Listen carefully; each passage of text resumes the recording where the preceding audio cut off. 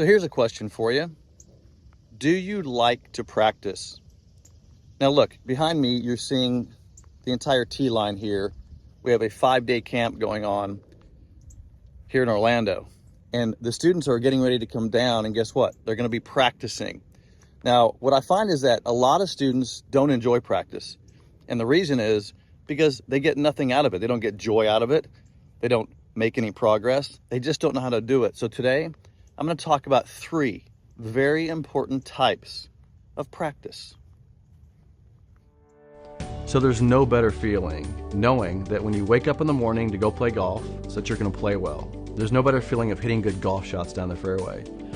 Years ago, I was frustrated because I lost that. I was confused, I was frustrated, and then I met Mo Norman and learned the single plane swing. And so now I wake up every day and I know I'm going to hit it well, I know I'm going to play well, I know I'm going to have fun. So my mission today is to help as many people as possible wake up every day feeling good that they're going to go out there and play great because of the single plane swing.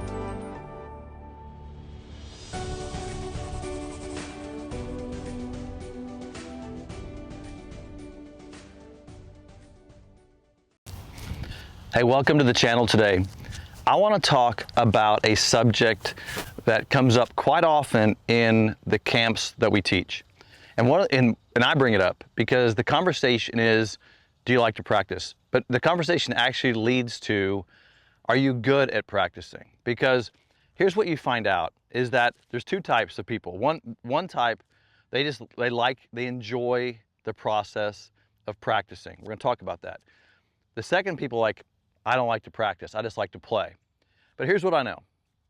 I know that if you're going to really become an effective, improved golfer, everyone I've ever met, the thousands of golfers that are good that I've met and played with and competed against, practice. So it's a requirement to build a skill. We all know that. Anything you become good at, you have to practice. But here's the point I want to make to you, is that you can become good at practicing. Matter of fact, some of the research I've done in interviewing high-performing people is their ability to become really good at becoming good. I know that sounds crazy, and the people who stay not good aren't good at becoming good. So I want to talk about 3 very distinct types of practices that I use, and they differentiate your ability to improvement. Now, let's talk about the first one. The first one is technical mechanical swing practice. Now, this is the practice where you come to the range, and I call it the one thing practice. Now, what I mean by the one thing practice is this. One thing practice is defining the next most important one thing that you need to develop. I'll give you an example. So let's say that my grip is strong, and this was a personal experience of mine. So let's say my grip was strong. I put my hand, my entire purpose of practicing was to get the lead hand correct. Now, that means that I got to find a way that when I come out here to the range, and it doesn't always have to be done on the range, but when I come out here, I am working on that one thing. Now, here is the trouble that I see with people trying to do that. It takes discipline to focus on one thing. And what I see people is they come out here to focus on one thing. They're trying to hit the ball well. They're trying to do 2 things actually, right? Because they're trying to get the lead hand correct and hit the ball well. See, that's 2 things. And now they're in the conundrum of, well, this isn't fun. I'm not enjoying this. I don't like hitting the ball badly. So let me follow through on what I mean by that one thing. If I'm working on that one thing, and let's say it's my lead hand, I am working on that component of my swing always in addition to how it helps me get to impact. Now, I'm not working on impact, but I'm working on what is that lead hand doing and how is it helping me get the club to the golf ball. So it's the one thing you're working on and the component to it. So if I was, let's say that my hand had previously been pretty strong and I want to work on it, I would come here, I would put my hand in the correct position, and then I would rehearse. I'm rehearsing the feeling of how that hand feels. How is my hand position affecting the rest of my movement? Because this is the entire, look, I can't stress this enough when I'm working with 15 students here today. What I can't stress enough is that when you make that subtle little change, and maybe it's little, nothing's little, because that little change affects how my hand goes from here to here to here to here, and it affects how I get to impact. Face might be open now because, oh my gosh, the hand, I can't figure it out. So the grip change you made, however slight that might have been, it actually, I call it kind of the holographic effect because it affects everything, right? So the one thing is actually, it's an element of everything. I want to make that point. Now, the final point to this type of practice is that when you find that one thing, it must be in the proper order.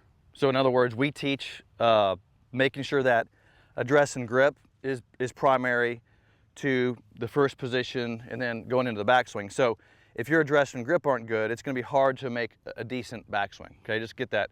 So we work in the proper order, very important part of that. But the other thing too is you must, if you're by yourself, you don't have a coach, if you're going to do it on your own, which most people are, you've got to make sure that you are getting feedback. And this you right there in the camera, I would have a camera sitting there, or a camera, depending on what I'm working on, sitting back there to make sure I could check it. So am I doing it right? Great, let's get a feel for that. Am I doing it right? Okay, let's get a feel for that. So let's review that. Finding the one most important thing in order of your single plane swing, one. Number two, getting feedback that you're doing it correctly, number two. And make sure that you're getting a sense when you're practicing of how that one thing is affecting your ability to get the club to impact, the impact component. That's the first type of practice I use. And I don't mind hitting golf balls. Like, I think you need to have the golf ball in there, but you have to become very disciplined. The first type of practice I'm talking about takes a lot of discipline. Hey, before we get to the next type of practice, we just talked about finding the most important thing to work on in your single plane swing. A lot of you asked me questions in the comments about your journey and your mastering your own single plane swing. And here's the thing, I hate guessing. If you ask me a question, I can't see your swing and I have to guess at it, and I don't want to guess, and I don't want to tell you the wrong things. So I was thinking, what's the best way that I can help you and make sure we're on the same page and you're getting the right information from us? Well, I created a free single plane swing lesson that you can get right now. Now, all you have to do is get the camera out of your pocket and send me a video of your swing. Click the link in this description and get that swing to me so I can send you a free personal lesson to make sure we're not guessing anymore. Now, you're probably thinking, this is gonna cost, he's gonna charge me for it. I'm not gonna charge you a dime. As a matter of fact, I'm not even gonna take your credit card. All I need is your email address and your phone number and a video of your swing. So look, go to the description, go take a video of your swing and send it to me, and I wanna help you make sure you're working on the exact correct thing for your single plane swing.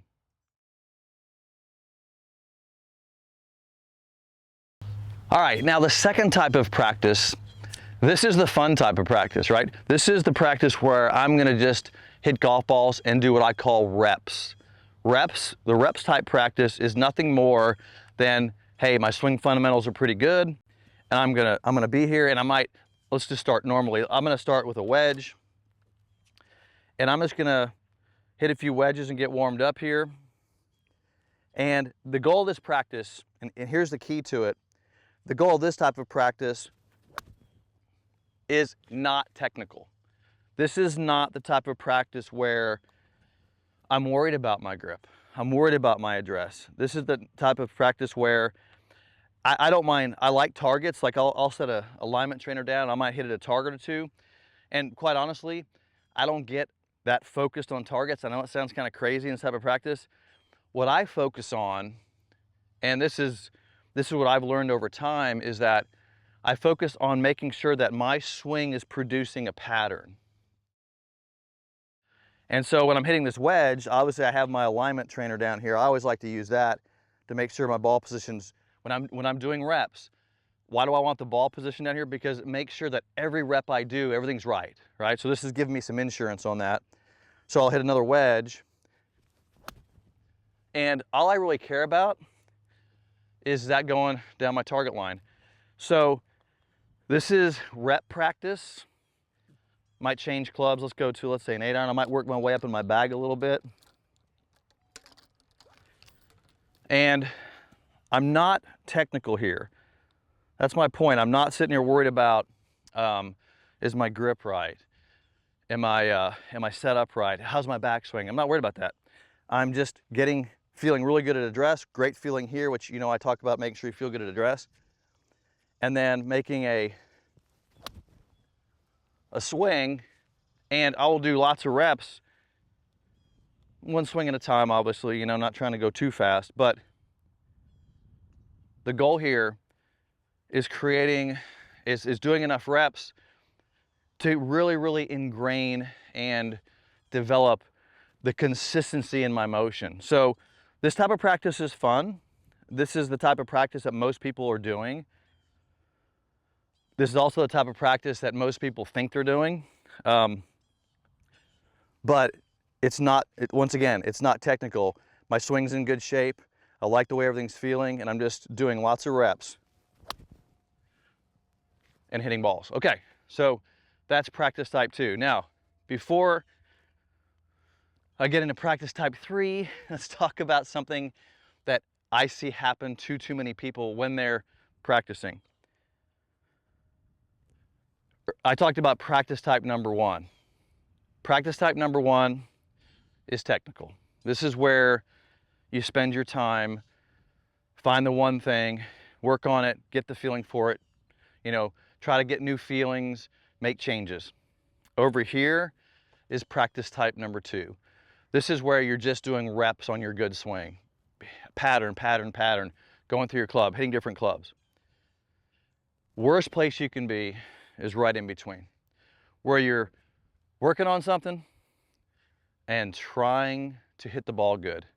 And this is where we have to figure out how to handle this, because this is where most people don't enjoy practice. They go out there to practice, they're not doing very good, they start changing stuff, they get stuck in this middle point, and they're like, this is so frustrating, I'm hitting it bad, I don't know what to change, guessing, whatever.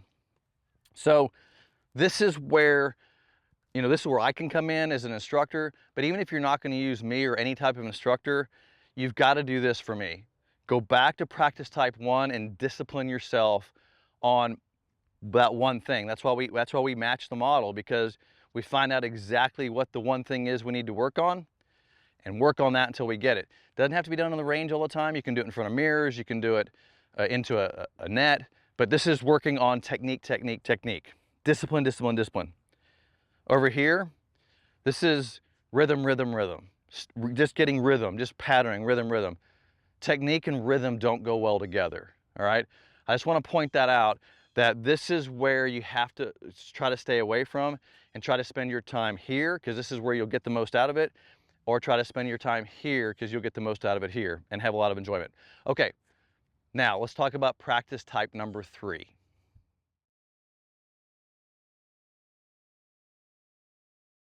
Practice type number 3, which I think you'll find pretty fun too, is what I call circles. Now, circles types practice, this is the type of practice. Now, you can do this with any club. I just chose a driver here because this has somewhat to do with pre-shot routine. I don't want to go through the whole pre-shot routine thing that I teach, but there's a red zone where I start, and there's an entry place, green zone, and then I step in here and I execute. So basically red zone and green zone.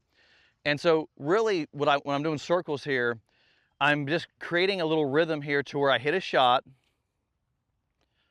So I'll just come in here, and this is very similar to practice 2. I'm not technical in this.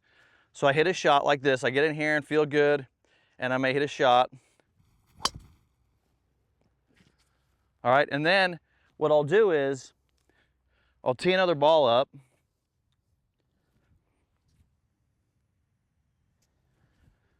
And then I'm going to come back here and make a little circle. I'm going to go back here to red zone for a second. Pretend I'm on the golf course hitting a shot. walk back in, get in there, and then hit another shot. So what I'm doing here is I'm practicing what it feels like to hit one, get out of that rhythm, get back into that rhythm, get in here and execute, get back out here. And so I love this type of practice because I don't exhaust myself hitting tons of golf balls, number one. Number two, it feels very much like I'm on the course playing. So this is the type of practice that when I'm warming up for a tournament or a round, just any round, this is really the type of practice I use. Now you can do this with any club because what you're trying to get the feeling of is getting out of rhythm and then getting back into rhythm. So again, I would come in here, get the ball teed up, get set up nicely, pretend I'm on the course, you know, feel that rhythm. And then tee another one up.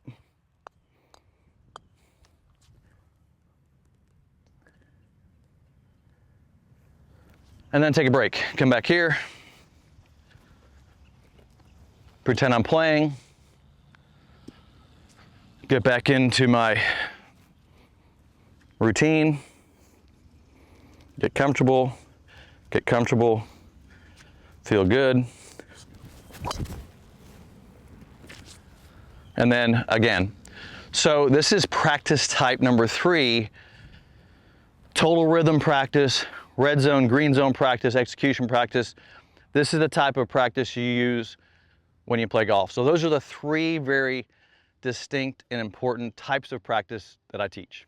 Hey, if you're enjoying this content, give me a thumbs up, click the bell icon, and hit that subscribe button, and let's get you started on the single plane swing.